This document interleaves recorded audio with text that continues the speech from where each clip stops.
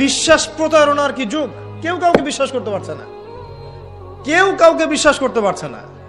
স্বামী তার স্ত্রীকে বিশ্বাস করে না। এই শহরে বহু স্বামী আছে এই শহরের, স্ত্রীকে বিশ্বাস করে না, কারণ জানে যে আমি বাইরে গেলে ফোনে অনেকগুলো বেটার সাথে লাইন মারে।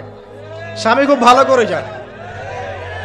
এ কারণে দেখা যায় স্বামীও বাইরে আবার কয়েকটা একাধিক ওই যে বলবো উপস্ত্রী উপপত্নী জোগাড় করে রেখে দিছে, আছে না? মেয়ে স্ত্রী বাসায়, স্বামী যখন চলে যায় স্ত্রী অন্যের সাথে পরকিয়া করে, আবার স্বামী বাইরে গিয়ে স্ত্রীকে বাদ দিয়ে অন্য মেয়ের সাথে পরকিয়া করে। এই জিনিসটাই শহরে বেশি না কম বলেন? লজ্জা করেন না, সত্যি কথা বলেন, এটা বেশি না কম? বেশি, দিন দিন বাড়ছে। আর যে মিডিয়াগুলো আমরা দেখি এগুলোই শিখায় আমাদেরকে, পরকিয়া শিখায় না? পরকিয়া শিখায়। আর এটা যে এত ভয়াবহ মহামারী আকার ধারণ করেছে না, অনেক ক্ষেত্রে দেখা যায় স্বামী অফিসে যাওয়ার সাথে সাথেই বয়ফ্রেন্ড বাসায় হাজির। যে বাক্সে বাক্সে বন্দি জীবন বললাম, বাক্সে বাক্সে বন্দি ফ্ল্যাটের ভিতরে তো ঢুকলে আর বোঝা যায় না ভিতরে কি হচ্ছে। কত ফ্ল্যাটে যে জেনা হয় এখন এই শহরে আল্লাহ ভালো জানেন। এই ফ্ল্যাটের প্রত্যেকটা ইঞ্চি ইঞ্চি মাটি আল্লাহর কাছে সাক্ষী দিবে। যেখানে যে মাটিতে বসে অবিবাহিত যুবক যুবতী জেনা করেছে আর বিবাহিত যুবক যুবতীরা এবং এই স্বামী স্ত্রীর জেনা করেছে, এর ইঞ্চি ইঞ্চি মাটি আল্লাহর কাছে কথা বলবে। এর ইঞ্চি ইঞ্চি মাটি আল্লাহর সামনে কথা বলবে। ইয়াউমা ইযিন তুহাদ্দিসু আখবারাহা, সেদিন তুহাদ্দিসু আখবারাহা, জমিন তার খবর বলবে আল্লাহর কাছে। জমিনের কোথায় কোন পাপ হয়েছে সব বলে দিবে। এই জমিনে এখানে দাঁড়িয়ে জেনা করেছে, ওইখানে দাঁড়িয়ে মদ খেয়েছে, ওইখানে কাউকে খুন করেছে, জমিন বলে দিবে। একটা কথা এখানে মাঝখানে বলে দেই, যারা অবিবাহিত যুবক যুবতী আছো, এই লেকচার তোমরা যারা শুনছো, তোমাদের মধ্যে কেউ যদি জেনা করে থাকো, অবিবাহিতর কথা বলছি, তোমাদের কাঁধের মধ্যে এখন 100 বেত্রাঘাতের শাস্তি ঝুলে আছে। সূরা নূরের 1 থেকে 3 নম্বর আয়াত পড়ে দেখবে, ওর শাস্তি হচ্ছে 100 বেত্রাঘাত, তাও জনসমক্ষে, এবং এক বছরের জন্য নির্বাসন।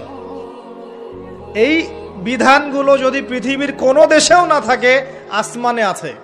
মরার সাথে সাথেই এই বিধান কার্যকর হবে ইনশাআল্লাহ। বাঁচার বুদ্ধি কি? একটাই উপায় আছে। এই লেকচার কানে চলে গেছে, অনতি বিলম্বে ওযু করবে। ওযু করে খালেস ভাবে রাতের শেষ রাতে জায়নামাজ বিছাবে। জায়নামাজ বিছিয়ে আল্লাহর সামনে দাঁড়িয়ে 2 রাকাত নামাজ পড়বে। পড়ে নিজের পাপের কথা স্মরণ করে চোখ দিয়ে দরদর করে পানি ফেলে দিবে। আল্লাহকে সেজদায় গিয়ে বলবে, আল্লাহ আমি জেনা করেছি, আমাকে মাফ করে দাও। আল্লাহ আমার এই পাপের কথা কেউ জানে না, তুমি জানো, মাফ করে দাও। এই মাফ নেওয়ার পরে আবার ওই যার সাথে করেছেন ওর সাথে আবার লিঙ্ক আপ করার চেষ্টা করেন না। আসো আমরা জেনা করেছিলাম, আসো বিয়ে করে নেই, এটা সলিউশন না। জেনা করেছেন, আগে তওবা করে ফিরে আসতে হবে, তারপরে পুরো জীবন ইসলামিক লাইফ লিড করতে হবে। আল্লাহ যদি দেখেন যে হ্যাঁ আপনি ঠিকঠাক তওবা করে আল্লাহর পথে চলছেন, আল্লাহ তখন আপনাকে নেককার স্ত্রী দিবে ইনশাআল্লাহ। এই একমাত্র রাস্তা যুবকদের জন্য এবং যুবতীদের জন্যও।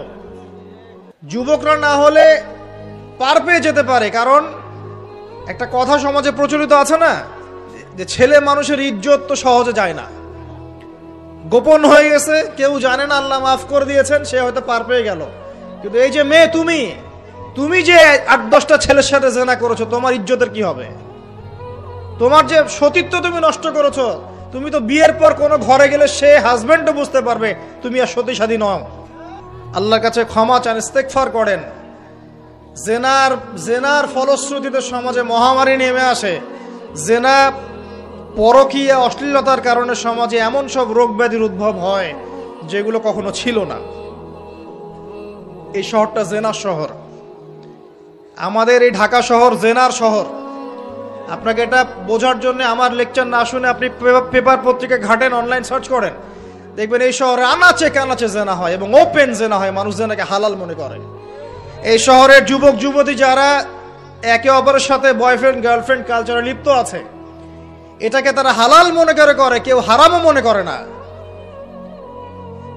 কত বড় সাহস দেখায়। আর রাস্তা দিয়ে আমরা হেঁটে গেলেও বয়ফ্রেন্ড গার্লফ্রেন্ড এসে আমাদেরকে সালাম দেয়, হুজুর আমাদের জন্য একটু দোয়া করেন। তো প্রত্যেকটা পার্কে পার্কে যাবেন, এই যে আপনাদের রেস্টুরেন্টগুলোতে যাবেন, দর্শনীয় যে স্পটগুলো সেখানে যাবেন, দেধার সে জেনা হচ্ছে, জেনা আর জেনা। আমি এই যুগের কথাই বলছি। নবী সাল্লাল্লাহু আলাইহি ওয়াসাল্লাম বলছেন, আমাদের নবী বলছেন, আমার উম্মতের একটা অংশ, সবাই না, আমার উম্মতের একটা অংশ অবশ্যই জেনাকে হালাল করে নিবে, অবশ্যই মদকে হালাল করে নিবে, মদ পান করবে কিন্তু মদের নাম অন্য দিবে, এবং তারা গান বাজনা বাদ্যযন্ত্র নর্তকীদেরকে হালাল মনে করে নিবে। নবী সাল্লাল্লাহু আলাইহি ওয়াসাল্লাম বলেছেন, যখন সমাজে এরকম পাপ বাড়ে তখন সমাজে এমন সব রোগ ব্যাধি আসে যা আগে কখনো ছিল না। এবং এদের ব্যাপারে নবীজি বলেছেন, একদিন সকালবেলা আল্লাহ পাক এদেরকে বানর এবং শুয়োর বানিয়ে দিবেন। কিয়ামতের আগে এই ঘটনাও ঘটবে, বিকৃত হবে, ভূমিধস, ভূমিকম্প, ভূমিধস এবং আকৃতির বিকৃতি, এগুলো আযাব আসবে আল্লাহর পক্ষ থেকে, এই জেনা, এই ব্যভিচার, এই পরকীয়া, নোংরামি, অশ্লীলতার কারণে।